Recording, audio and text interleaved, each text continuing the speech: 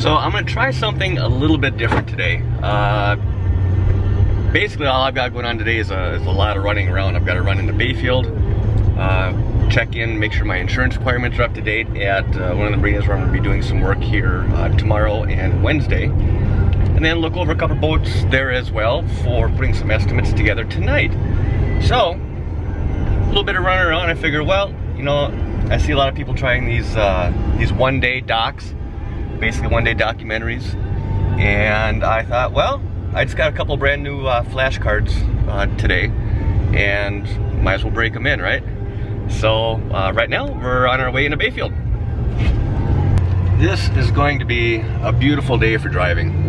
It's April 4th, I think, and in northern Wisconsin it is 30 degrees out, nice blue skies, just a beautiful day, just a perfect day.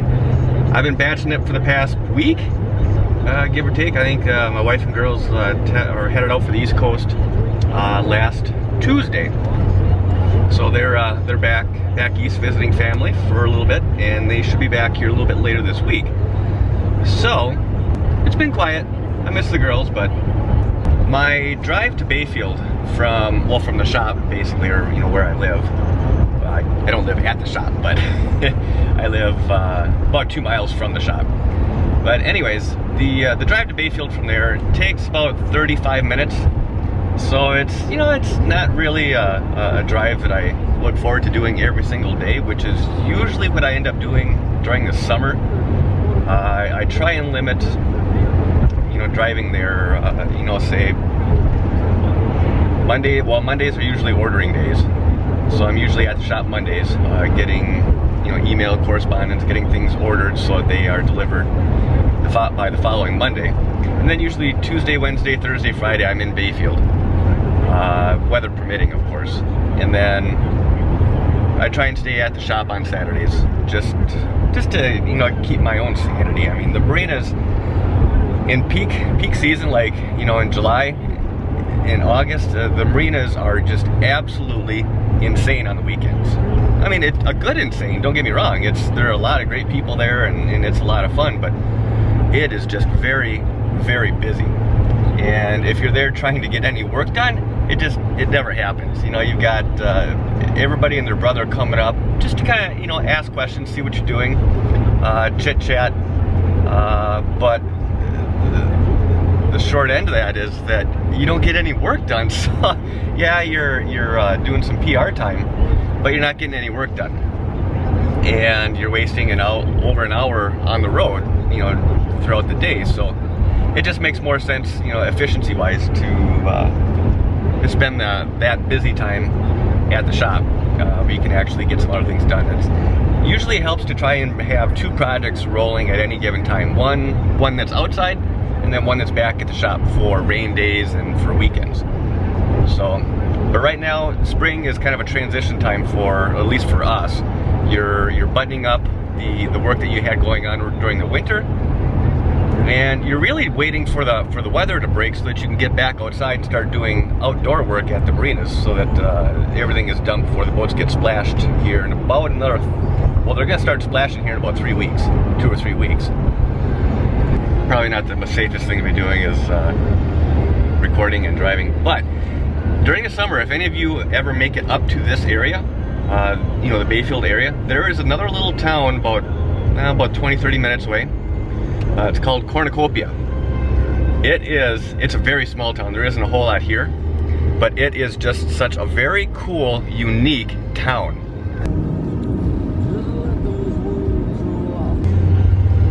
What's that? You want a quick little tour of the town? Well, I'm glad you asked. There are really only 3 places to check out here. There is a beautiful, beautiful beach. It's all sand beach, right next to the only marina here in town. A good friend of mine, Dave and Mary Beth Tillman, they own this marina, and it's just a very casual, kind of, I wouldn't say hippie-ish, but just a very casual, relaxed, just nice marina. Everybody's super friendly, anybody is always willing to lend a hand, and it is just one of my favorite places to hang out in the summertime.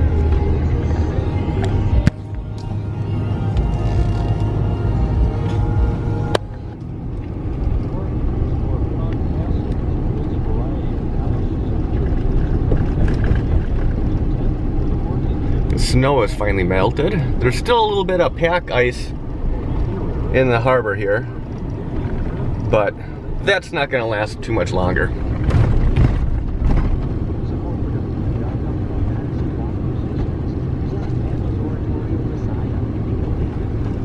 And here is the view from the marina. This is the beach, and it's a public beach. It's the harbor entrance right there.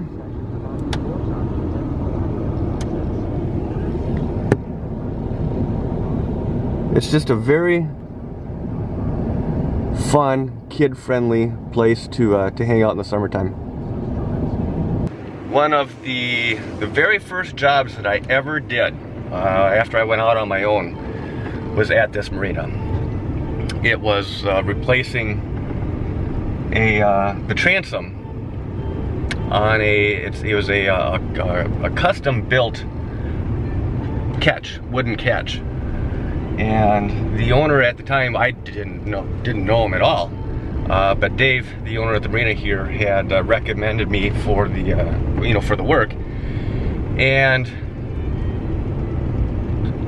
I guess the result of that one job was that the owner's name was Rick, and we ended up becoming very, very good friends. He and his wife Alma, just great people. It went well. It took a little bit of trial and error. You know, I was trying to steam bend 1.5 inch thick mahogany, which was interesting, something I had never done before.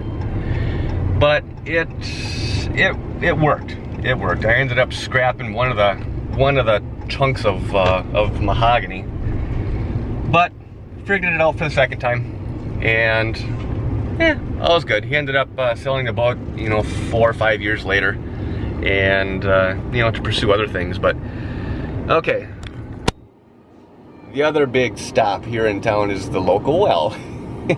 This is the best water ever. It's just a free-running artesian well, and it is just absolutely crystal clear. This summer, I used to brew my own beer back way long time ago. My wife and I lived in Oshkosh. When we lived there, I started getting into brewing, and I suspect that water would be absolutely ideal for brewing. One way to find out, right? Okay, the last big tourist attraction of this tiny little town. These are the boats that don't float. Basically old fishing vessels that just sit here. They are they've lived their life. Fresh fish around here during the spring, summer, and fall, piece of cake to get. Now winter, that's a whole nother matter. You're not quite so lucky around here in the wintertime. Okay, enough of the sightseeing. Let's get on with our day here. Just now coming into Bayfield here, and I just want to show you the view as you're just coming in town from I guess it'd be from the west on 13. It is just absolutely gorgeous. Love it. But check out this view. Well, it's a little hazy today, but in the far off, you've got Long Island over there, and then get around these trees here, and then right over there, that's Madeline Island. That is maybe like I guess something to compare it to. I wouldn't quite say it's like the Martha's Vineyard of the north, but it's a very cool place to visit.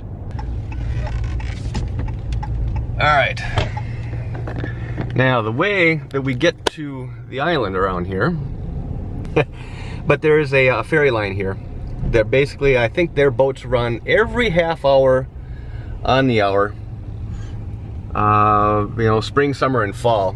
And then this year in particular, because we had such a mild winter, the ferries they never stopped. Usually once the lake freezes over here, then they're able to have basically an ice road. You know, so they plow a road over the water, or, you know, on the ice from here all the way out to Madeline, which I believe it's about four miles out from the mainland here. But Madeline Island, the long one that you see off in the distance there, that's actually a pretty good sized island. That I want to say it's about 13 or 14 miles tip to tip, and kind of a somewhat of a hippie community, a bunch of free spirits, put it that way.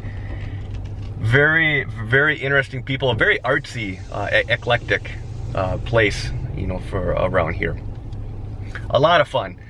If that's one of those destinations that if you ever make it up here, you know, up this far north, that's just one of those go-to places that you have to visit. It's not even a question, nothing to even debate. It's just one of those places you have to go.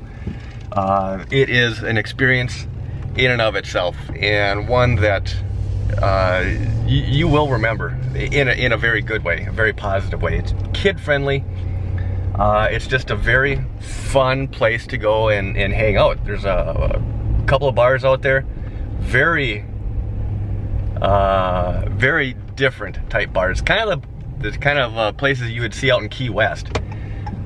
Bayfield is one of these towns that, you know, in the spring, summer, and fall, it is just like a beehive. I mean, it is just hopping busy. In the late fall, you know, through the winter, you could run a bowling ball down this main drag and probably not even hit a car. It's one of those tourist towns that it just absolutely shuts down, you know, after the first week of October. First week of October is when they have what's called Applefest. You know, this is also a very an area that has a lot of orchards, both apple and fruit. So first week of October, it's usually the weekend of my birthday, they have Applefest, and it is just an absolute blast if you've never gone. So another one of those things that if you happen to make it up in this area during that time, I got people looking at me like I'm crazy. But if you happen to make it up here during that time, another one of those absolutely must-dos. You know, you have to visit. It's an experience like you'll never have anywhere else. But right now, I gotta get some gas. And here we go. This is one of those marinas that well, for one, it's the newest marina in this entire area. It was built the first year that I went out on business for myself. And at the time when all this was going on, or being built, I worked next door. There's another marina that's right next door to here. So I was kind of running recon. Whenever I had a chance, I would sneak over here and talk with the manager here to try and get something lined up, because I really did not like where I was at working next door. It's just I had gone as far as I could go at that place, and it was time for something different. And this ended up being that something different. So this was basically my home base for the first three years of business. So right now it is busy. So I'm going to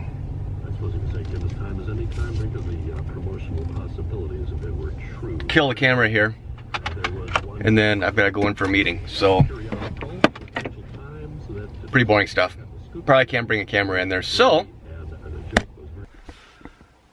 I hate surprises.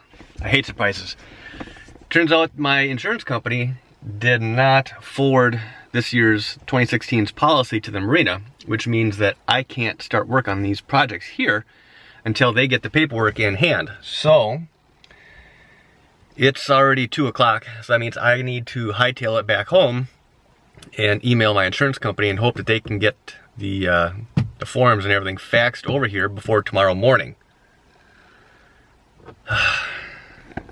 Nothing is easy. It shouldn't need to be this complicated. I mean, I understand, you know, them having to cover their bases and stuff, and I get all that. But, oh, it's just frustrating. My insurance company should have already taken care of this. So anyways, I've already looked over the boats. Nothing special. I didn't really think it would be cool for me to bring the camera in there with all the other guys working, so maybe I might be able to give you a quick overview once I start working there, but I didn't feel comfortable doing it today. But I will say, at least the marina, although they did not have my paperwork, they did let me go into the building and look at what I needed to look at, so that's cool. They're good people here. They, like I said, I've been working at this place since before they were even technically open, so I've been here since day one. So I have, you know, quite a bit of history with pikes. But right now, I'm gonna give you guys just a quick drive-through of the place that I used to work, Port Superior.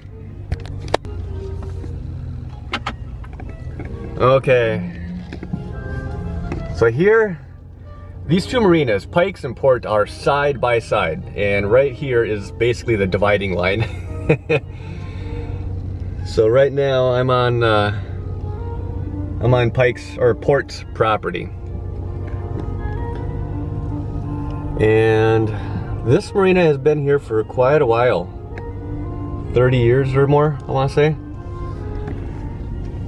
Here's their big crane that they use for launching. It's one of the oldest cranes in the area. It's a stationary one, as opposed to like how most places use the travel lifts. But that sucker has almost crushed me more than once. You gotta swing that big strong back in between the, you know, on top of the boat, lower it down, and if the crane operator, the guy sitting in the little wheelhouse there, if he's having a bad day, it doesn't take long for that. I don't know how many tons that crane weighs, but it doesn't take long for that to swing that strong back right into you. Good times. Don't miss it. When I started working here, I was about a 23-year-old kid that didn't know jack. I mean, I knew less than nothing. One of the first things that they had me doing for the first month was basically scrubbing fuel tanks, you know, polishing them off and separating the water out of the fuel. Yeah. And then one day, they decided they were gonna throw me on you know, on a whim, I was gonna become their new gel coat guy. So they lined up some gel coat projects for me and said, have at it. I'd never done gel coat before. So, you know, I guess I learned how to do it the hard way. No, I didn't have anybody, you know, to teach me how to do this. So it was just a trial and error. And at first it was almost all error. But, you know, after a few dozen jobs, you kind of pick up on a few things, and then over the years you pick up on a few more, and you know, pretty soon I was the gel coat guy. You know, there's no substitute for just getting your hands dirty and trying something, learning it on your own. You make mistakes, but you know, that's really the best way to learn. It's not the easiest, or certainly not the fastest, but it is typically the best way, because you learn all the little quirks. Because you learn all the little quirks in idiosyncrasies, I guess, of a project and different boats and everything else. So, anyways, first things first, I need to get my tail back to the shop and get my insurance paperwork taken care of. So, real quick, I'm just gonna show you guys where my wife and I first lived. The first 2 years that we were married, we lived on our boat, you know, for the spring, summer, and fall. And then, you know, come early fall, then we obviously, in northern Wisconsin, we had to move into a house somewhere. So the first, I don't remember if we lived here 1 or 2 years, or 1 or 2 winters. I want to say it was just one, but here it is.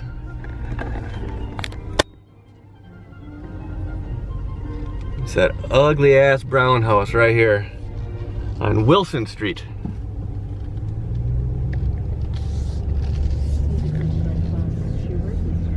that was our home for a while. And while the house was certainly nothing special, I will say it had two big bay windows, you know, in the front right off the living room here. Right off of there. And we had this as our view. Every morning we could wake up, look out our windows, we could see Madeline and overlook Dobson's yard here, you know, one of the small little marinas. Pretty cool. Pretty cool. Okay, anyways. Stay on task, Miller. Stay on task. I gotta get back, get my insurance done.